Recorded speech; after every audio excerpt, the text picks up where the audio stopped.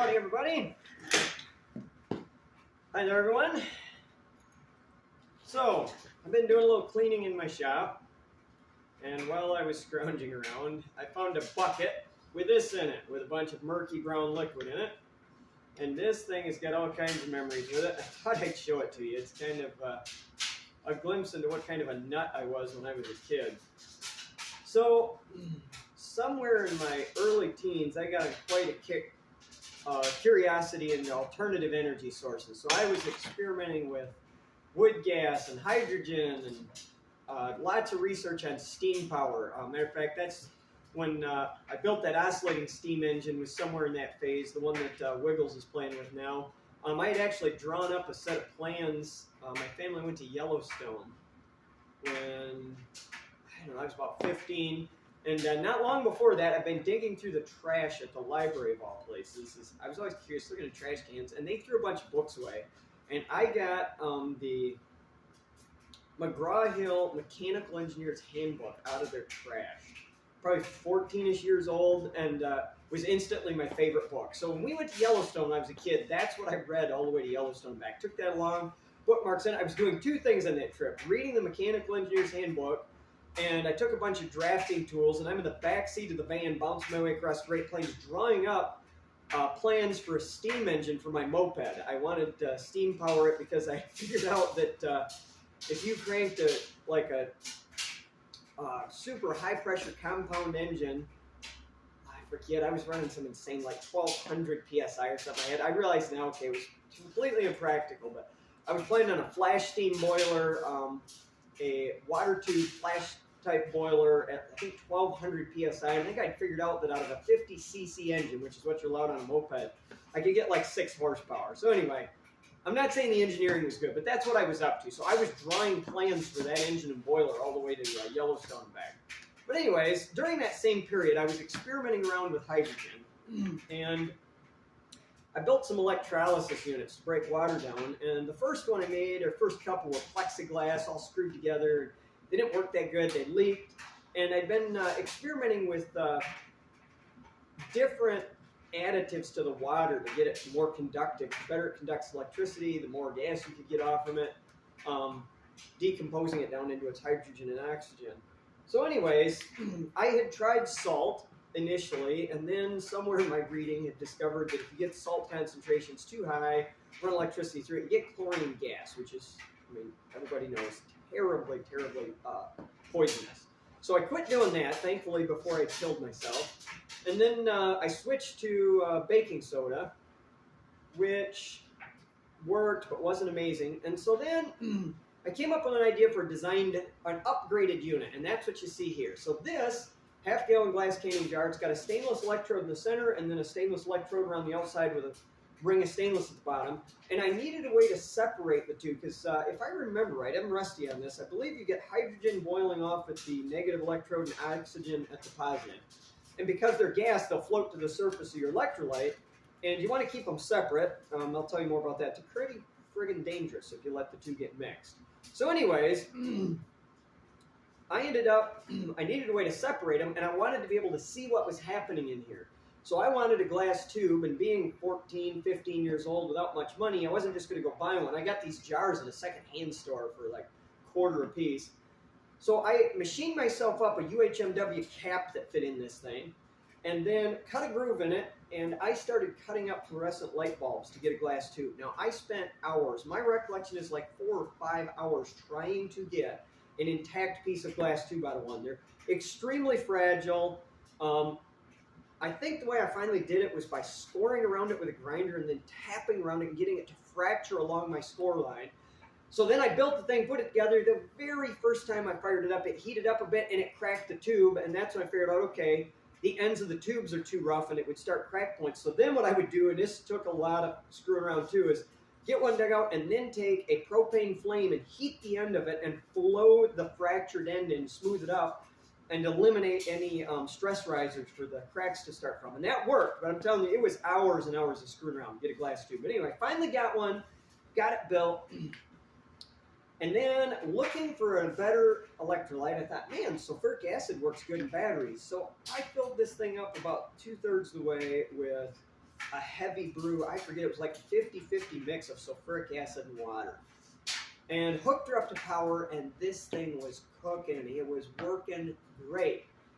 The problem with hydrogen is you can't see it. So you can see it bubbling away, and you can't tell like how good is it working, right? So the way that I had tested my other ones is I'd let them run a while so that it purged the oxygen out, and then I had a pipe attached to the outlet on the hydrogen side, and I'd light that and just see how big the flame was. Now, hydrogen flame is pretty hard to see, but you know, if you dimmed the lights, you could see it, and it give you some visual indication of how big of a, or how much gas you were producing. So I thought I'm going to do the same thing with this. So I let it run for 45 minutes or so, and I proceeded to strike a lighter there. In hindsight, my theory as to what had happened is that it didn't actually have all the oxygen purged out, and it backburned into the bottle. I should say backburned, blew up. So you got to know some things about hydrogen.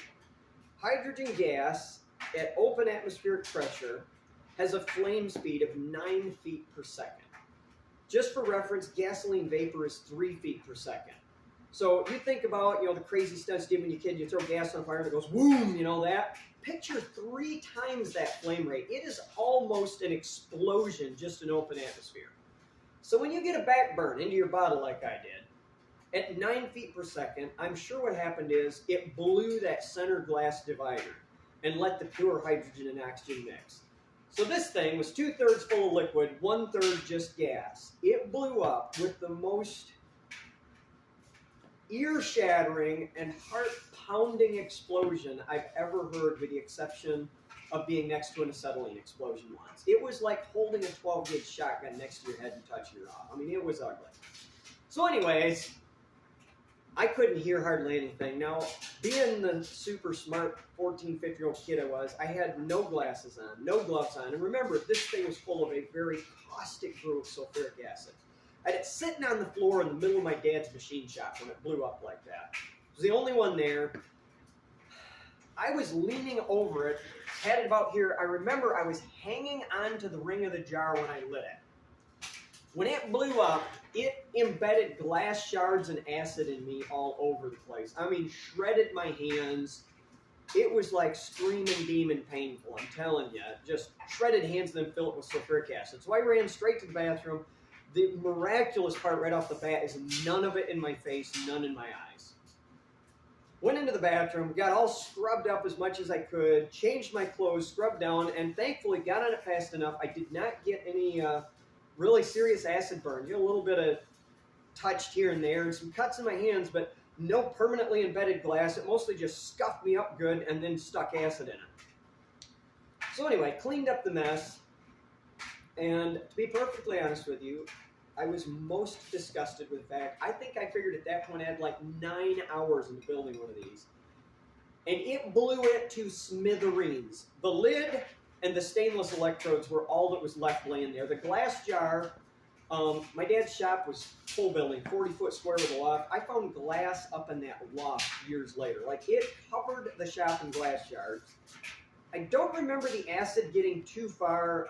I was in a big open area, but it was a strong enough acid mix that it acid etched about a 12-foot circle in the concrete. Like, to this day, if you go into that building and sweep the floor up, you can see where I did this, because there's a funny roughed up looking spot in the concrete where the acid ate the cement a bit before I got it cleaned up. But so anyway, I got all that done. I was just upset that my experiment had blown up. So I didn't say anything to anybody, threw my clothes in the laundry, and about 3 or 4 days later, I remember being in the house, hearing my younger sister, who was doing the laundry, go, "Mom, you need to come look at this." And I looked over, and she's pulling my jeans out of the laundry that I had just chucked in there all thinking about. And I'm telling you, all that was left of them was the seams down the sides, the pockets. The backs were partially intact, but the fronts were just gone. It never even dawned on me to try and rinse some things out. Of course, good Levi's made out of cotton. The acid had just eaten them. It was just tatters. So, of course, that started an inquiry by my mother, who wanted to know what on earth had happened. I had told my father what I had done. And anyways, but my mom was less, I'll say, enthusiastic. So she called my dad and said, "That's it. This kid cannot be allowed to do this kind of stuff in the shop on his own. He can't do this anymore." And I was devastated. Like, oh, I was really making progress. It was working good. I had already started on building this one. I mean, it shares some of the components, but new glass tube, new jar. It was already well underway to being built when my mom starts trying to put the clamper on me being able to experiment with stuff like this. So anyways, my dad calls me and we have a big sit down, and I says, well, did you learn anything? I'm like, yeah, you need a flash arrestor. So I show him my drawn up plans where in the future, I was going to have a plastic, you remember those gallon plastic pickle jars? I was going to have one of those on the hydrogen outlet, bubble my hydrogen through that, and then pull it off, and that would just be full of water. The idea being that if I got a flashback, it would stop that, and yes, it'd blow it up, but it'd be a plastic jar full of water. So what? It, wreck a piece of plastic, blow water all over, and I'm quite confident the design was sound. It would have stopped any flashback to my much more caustic and dangerous solution here, because I had not repented of using sulfuric acid. So, anyways, so my dad said, well, look, seems like he's learned something, and over my mother's objections, I did not get banned from experimenting in the shop. So, anyways, that's the kind of kooky stuff I was up to when I was a kid, and, like shaving the head down on push mower and cranking the compression up. I was running a push mower on diesel fuel. I'd start it up on gasoline, switch it to diesel fuel just to see if you could. Just running it through the carburetor, and in hindsight, the theories I had going were probably wrong, so I figured I need more compression. Now I know that diesel fuel actually has a lower octane rating than gasoline, and I was just encouraging it to spark knock on the inferior fuel once I did get it running on it. But anyways, I just thought you guys might find humorous. So I found this thing in a bucket, still full of sulfuric acid. So I've drained it out, disposed of the acid, flushed the thing out, and now I'm going to put it up on the shelf in my office, and hope my kid doesn't want to try this someday too. Or at least if he does, then I'm there to help him mess with it, and he doesn't have to repeat my stupid mistakes. So anyways, if anybody ever wonders why I'm a little low on hearing in my left ear, probably has a little bit to do with that particular stunt. I'll catch you guys next time. Have a good one.